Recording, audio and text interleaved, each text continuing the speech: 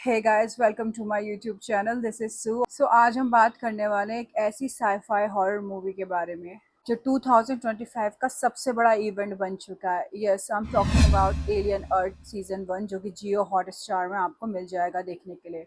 इसके total 8 episodes हैं, but अभी इसके टोटल 2 एपिसोड्स ही ड्रॉप किए गए हैं जियो हॉटस्टार में, और ये सीरीज आपको हिंदी लैंग्वेज में देखने के लिए मिल जाएगी। तो चलिए इसकी कहानी के बारे में बात करते हैं। स्टोरी सेट है फ्यूचर में, जहां अर्थ पर पावरफुल कॉपरेशन और साइंस के एक्सपेरिमेंट की वजह से इंसान और मशीन के बीच की लाइन ब्लर हो चुकी है। यहाँ हमें इंट्रोड्यूस करवाया जाता है एक नए सेट ऑफ करेक्टर से, वेंडी, जो एक यूनिक हाइब्रिड है, हाफ ह्यूमन हाफ सिंथेटिक। साथ ही एक यंग साइंटिस्ट क्रिश और एक कॉर्पोरेट लीडर और उनका हिडन एजेंट। सीरीज का मेन थीम है power struggle between humans, corporation और वो खतरनाक एलियंस क्रिएचर जिन्हें हम जेनोमॉर्फ कहते हैं। लेकिन इस बार फाइट सिर्फ सर्वाइवल की नहीं, बल्कि एक नए वर्ल्ड ऑर्डर की है। और सबसे खास बात, अनलाइक एलियन फिल्म जो स्पेस में होती हैं, ये कहानी जमीन पर अनफोल्ड होती है, अर्थ पे, इसलिए नाम है एलियन अर्थ। चलिए अब इसकी परफॉर्मेंस के बारे में बात करते हैं। सिडनी ने वेंडी का कैरेक्टर प्ले किया है इस सीरीज में। उनकी एक्टिंग बहुत ही ज़्यादा एक्सप्रेसिव और इमोशनल दिखाई गई है, जो कि मैंने अभी एपिसोड्स 1 और 2 में उनका देखा है।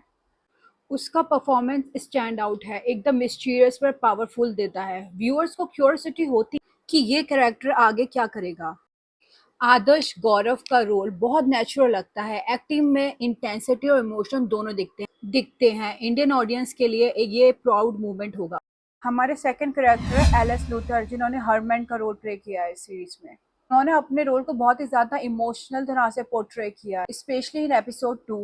हमारे थर्ड मेन कैरेक्टर है तिमिथी, जिन्होंने किश का रोल प्ले किया है इस सीरीज में। तब उनका रोल बहुत ही ज्यादा काम और कैलकुलेटेड लगता है स्क्रीन पर। वो एक हाइब्रिड साइंटिस्ट है और इनके साथ ऑडियंस को कनेक्ट करने में थोड़ी मुश्किल हो सकती है। चलिए इसके डायरेक्शन, विजुअल और हॉरर एलिमेंट्स के बारे में बात करते हैं। नोहा हार्ले का डायरेक्शन आउटस्टैंडिंग है। विजुअल्स और अर्थ डिजाइन फ्यूचर अर्थ को बिलीवेबल बनाते हैं। एक डार्क और डिस्टोपियन फील आता है जब हम इस सीरीज को देखते हैं। हर एक फ्रेम क्रीपी और डिस्टर्बिंग फील देता है। चलिए अब इस सीरीज की कुछ अच्छी चीजों के बारे में बात करते हैं।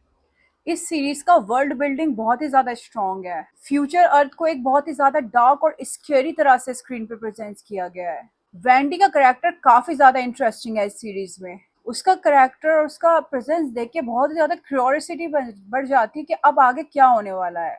चलिए अभी मैंने इसके जो 2 एपिसोड देखे हैं, उसके बिहाफ पे अगर मैं इसकी बुरी चीजों के बारे में बात करूं तो मेरे को फर्स्ट इशू ये लगा कि एपिसोड्स की जो पेसिंग है वो थोड़ी स्लो है।